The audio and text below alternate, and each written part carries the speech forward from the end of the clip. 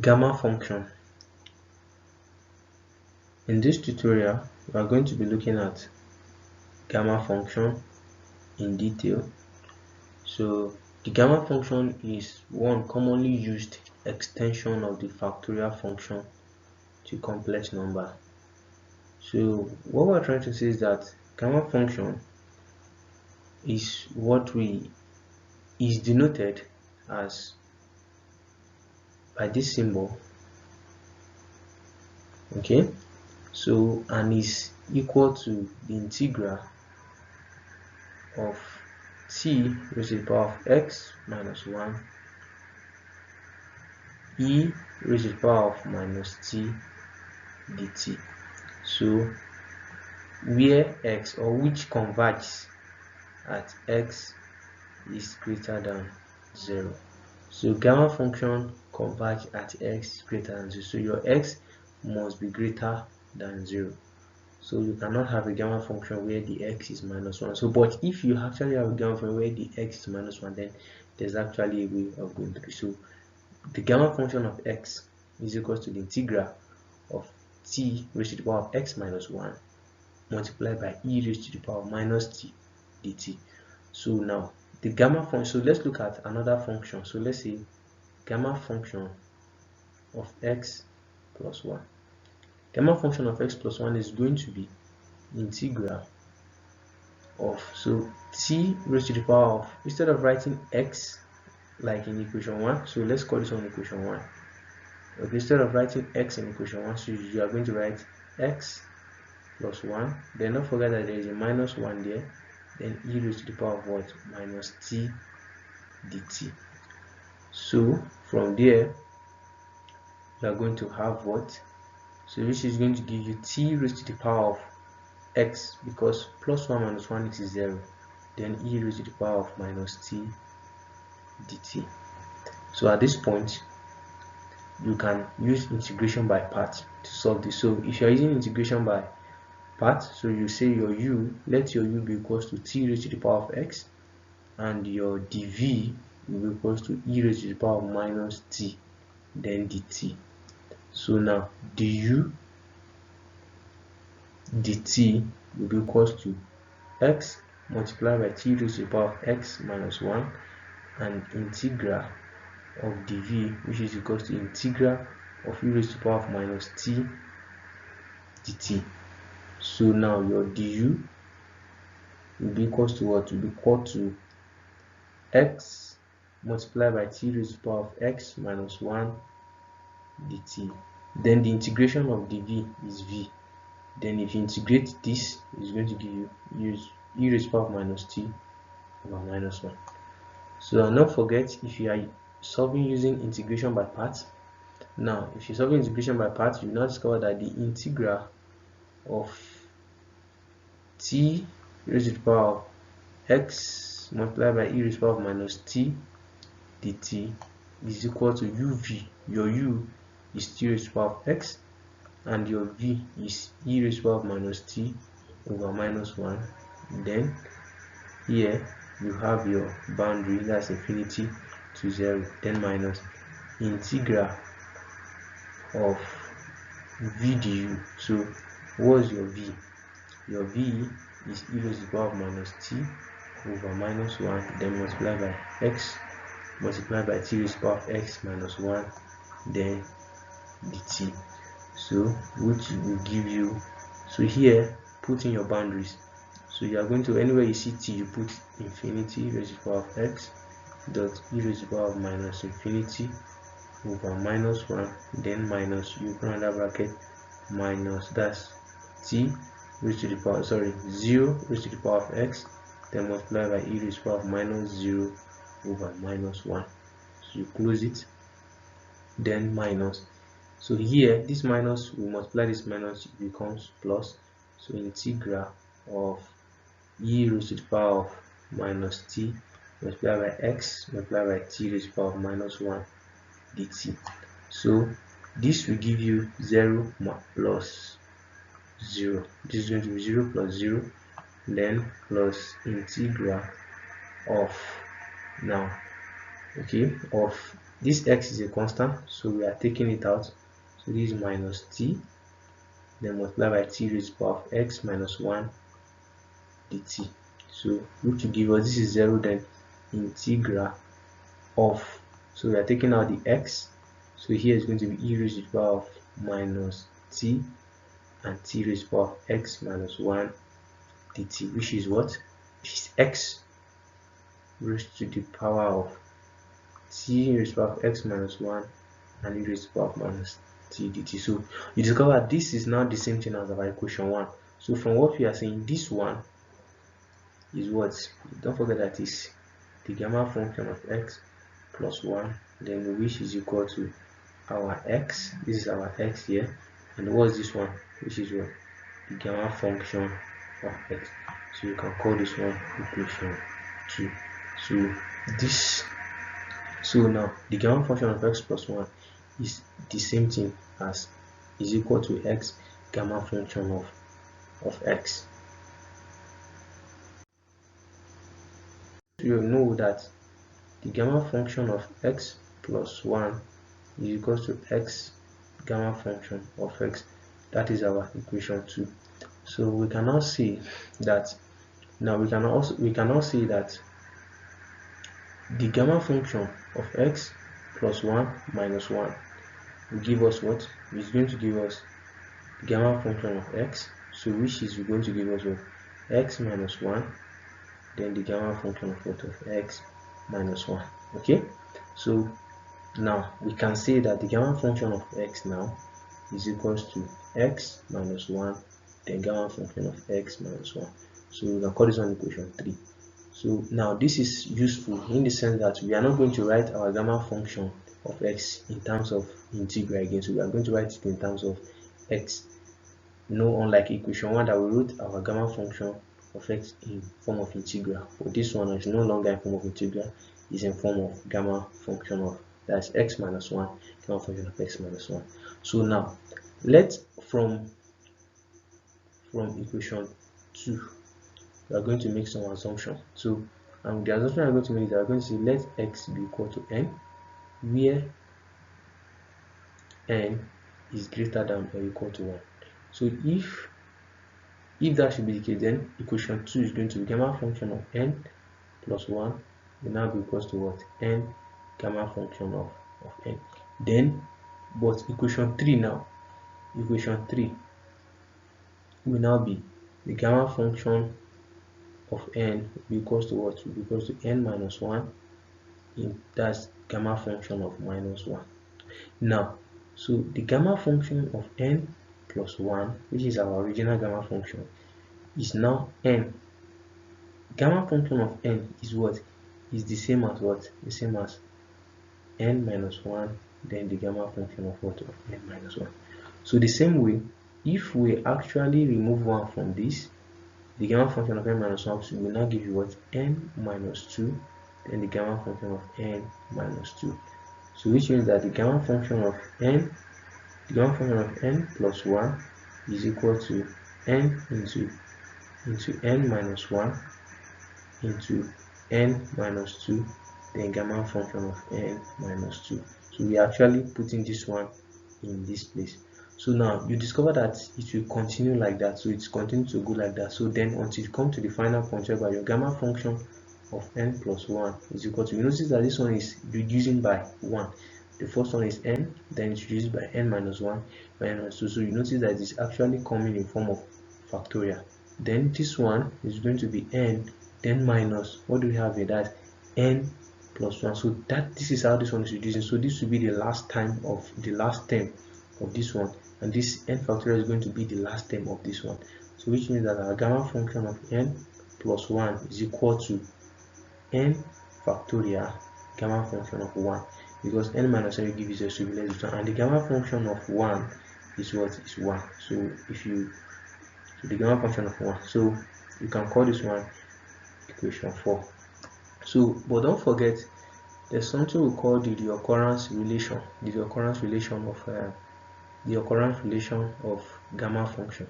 So let's look at the occurrence relation. So the occurrence relation of gamma function is the gamma function of x plus 1 which is equals to x, the gamma function of x. So this is called the occurrence relation. Okay, so now for the occurrence relation, we can actually reverse it as the gamma function of x, that is making this one subject of formula.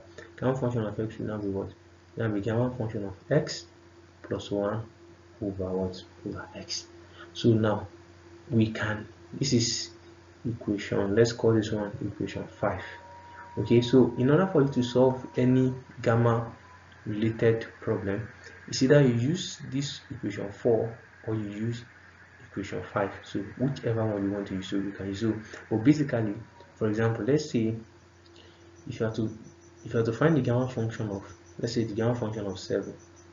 Okay, gamma function of 7 can be simply written as, it can be like this, that is t raised to the power of 8, that's 3 raised to the power of 7 minus 1, then e raised to the power of minus t dt.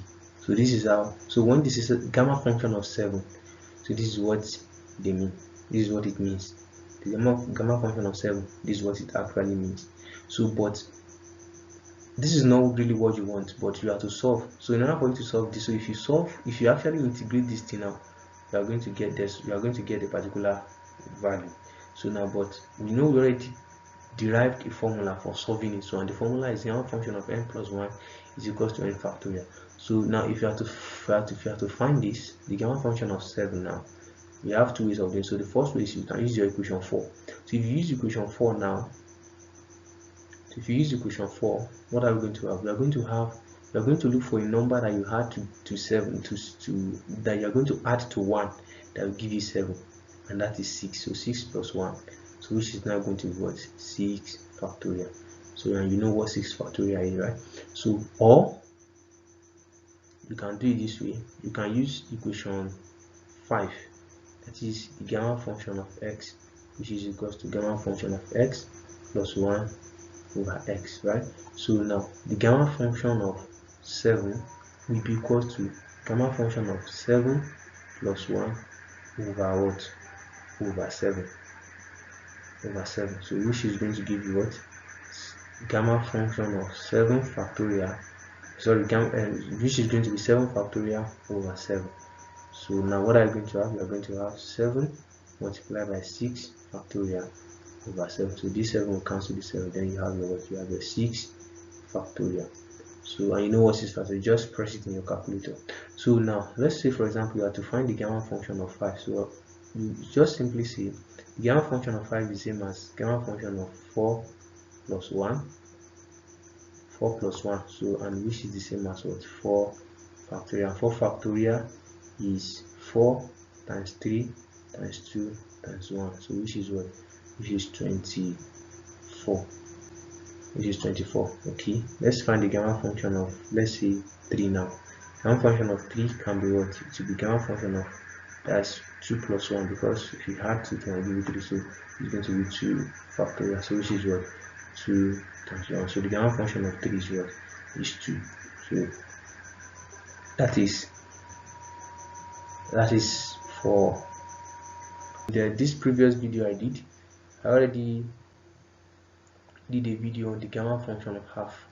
So the gamma function of half is square root of pi. So if you for example, if you have to find the gamma function of half, just know that the gamma function of half is what? Is square root of pi. Okay, so don't forget this formula is very, very important. The formula says that the gamma function of x plus 1 is equals to x is equals to x gamma function of x. It's very important because we are going to be needing, okay, let me give you an example. Let's say you have to find the gamma function of 3 over 2, for example. Now what you are going to do is that this 3 over 2, to make sure you express it in x plus 1. So if you express it in form of x plus 1, it's going to be what? It's going to give you 1 over 2 plus 1. You are going to have 1 over 2 plus 1. Sorry, this is 1. Now don't forget that gamma function of x plus 1 is what? Is equal to x gamma function of x. So you notice the x here, you also notice that the x here is equals to the x here, gamma function of the x here. So if you actually relate this with this, now you discover that your answer will be 1 over 2 gamma function of what? Of 1 over 2. So, and which is what? Which is equal to 1 over 2 multiplied by, what's the gamma function of half? I already told you what is square root of pi. So we have square root of pi over 2. Good. Now let's look for the gamma function of 5 over 2. For you to get gamma function of 5 over 2, just express it in this form. So it's going to be 3 over 2 plus 1, because that's what will give you 5 over 2. So, and which is going to be, if you relate it with this one, so it's going to be 3 over 2 gamma function of what? Of 3 over 2. And what's the gamma function of 3 over 2? I already did it here. This is gamma function of 3 over 2. So the gamma function of 3 over 2 is what? Is square root of pi over 2. So the gamma function of the gamma function of pi over 2 is now 3 root pi over 4. Okay. Now the gamma function of, let's look at gamma function of 7 over 2. Gamma function of 7 over 2 is going to be gamma function of 5 over 2 plus 1, because that's what will give you 7 over 2. So which is going to be 5 over 2 gamma function of what? Of 5 over 2. So now 5 over 2 multiplied by, what is gamma function of 5 over 2? We already did it. It's 3 root pi over 4. So which is going to be what? 15 square root of pi over 8. So now let's take another step forward again. Let's say you have to look for the gamma function of minus 1 over 2. So now here you are going to use the reoccurrence formula. So the reoccurrence formula is gamma function of x is equals to the gamma function of x plus 1 over what? Over x. And the reason why we are using it is because of the minus here. So which is going to give us minus 1 over 2 will be equal to gamma function of minus 1 over 2 plus 1 over what? Over minus 1 over 2. So which is going to be minus half plus 1 is going to give you half over minus 1 over 2. So, and what's the gamma function of half? Is the what? Is square root of what? Of pi. Then raised to of minus 1 over 2. So which is going to give you what? Minus 2 root what? Root pi. So that is it. Okay, let's say the gamma function of minus 3 over 2. So the gamma function of minus 3 over 2 is gamma function of minus 3 over 2 plus 1 over minus 3 over 2. So which is going to be what?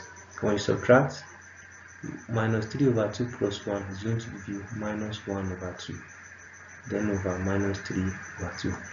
And what is the gamma function of minus 1 over 2? We already did it here, and that's what gives us what? Minus 2 square root of what? Of pi over this one, minus 3 over 2. You finally discover that it's going to, the minus will cancel the minus, then I'm going to have 2 square root of pi multiplied by 2 over 3. So that is going to give us what? 4 square root of pi over 3. So let's take the final one, minus 7 over 2, 4. Let's do 5 over 2. So 5 over 2 is going to give us, that is minus 5 over 2 plus 1, okay, over minus 5 over 2. So the gamma function of minus 5 over 2 plus 1 should give you minus 3 over 2, then over minus 3 over minus 5 over 2. So now it's going to give us, now if you do this one, we already did it here, so which is what? Which is 4 root pi, right? It's 4 square root of pi over 3 multiplied by minus 2 over 5. So the gamma function is going to be minus 8, then square root of pi over what? Over 15. So that is, so that I'm doing all these examples so that we can actually get to understand it very well. So the gamma function of 4. Now the gamma function of 6 is the same as 5 plus 1 over 3 multiplied by the gamma function of 4 is gamma function of t plus 1. So which is going to be what? 5 factorial over 3 multiplied by, this is going to give you what? 3 factorial. So 5 factorial is the same as 5 times 4 times 3 factorial over 3 times 3 factorial. So this one will cancel this one. We are going to have 20 over 3. So now let's assume that we are given in the integral form, not in the factorial form. So if you are given in the integral form, so let's say you are given you have to find this one. Okay, that is x raised to the power of 6 and e raised to the power of minus 4x squared is 4x squared dx. So now you notice that this one is not given in a form of gamma function, but it's just like normal integration, and you have to integrate. So now how do you do it? Now one thing you need to know is that you need to make sure that you express it in form of the normal gamma function. You know, the normal gamma function is given as t raised to the power of x minus 1 e raised to the power of minus t dt, isn't it? So you make sure that this one looks like this. So in order for you to do that, so the first assumption you are going to make is let t be equal to 4x squared. So if your t is equal to 4x squared, so that means your dt dx, right, will be equals to 8x. And if your dt dx is equals to 8x, so you make dt, yeah, you make dx, sorry, the formula. So your dx will be equals to what? dt over what? Over 8x. Good. And the next thing you need to look for is you need to make x set of formula here. So your x square will be equals to what? Will be equals to t over 4. Then your x will now be what? Will now be t over 4 raised to the power of what? Of half, which is going to give you a t raised to the power of half over 2. Okay, so now we'll come back to our normal question. So x raised to the power of 6 e raised to the power of minus 4 x squared dx. So now the next thing you do is this. So integral of, now what is your x? Your x is now what? T raised to the power of half over 2, then everything raised to the power of 6, then multiply by e raised to the power of minus, what is your 4x squared? Your 4x squared is what is dt, and what is your dx? Your dx now is dt over 8x. Okay, so if now you see that, so you see that integral of, what do we have here? So it's going to give us t raised to the power of 3 over 2 raised to the power of 6. If that 6 opens the bracket, so multiply by e raised to the power of minus t, then dt over 8 multiply by, what's our x now? Our x is what? Our x is t raised to the power of half over what? Over 2, right? Over 2. So this 2 will cancel this, will 2 in 2 1, then 2 in 4, 2 in 8, which is give us 4.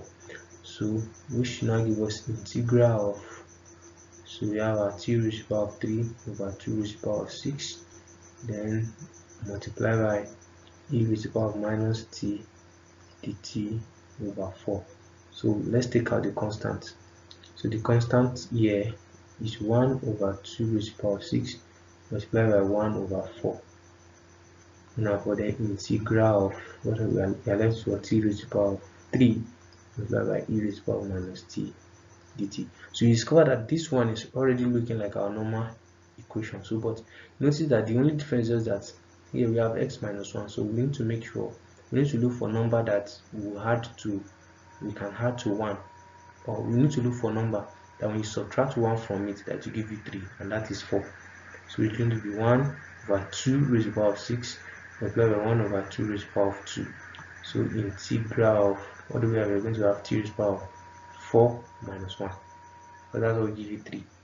So then e raised to the power of minus t dt. So from here now we can say that this is 1 over 2 raised to the power of 8, then gamma function of what? Of 4. So the whole of this now, the whole of this is what? Is gamma function of 4. This is 1. So the whole of this is gamma function of 4. Okay, so which is going to give us 1 over 2 raised to the power of 8, then multiplied by the gamma function of 4 is 3 factorial. So 3 factorial. So which is going to be 3 factorial over 2 raised to the power of 8. So you can 3 times 2 over 3 times 2 over 1, then multiply by, that's 2 times 2 raised to the power of 7. So this cancels be. So you can just press it to your calculator, you are left 2 to the power of 3 over 7. So we should give you 128.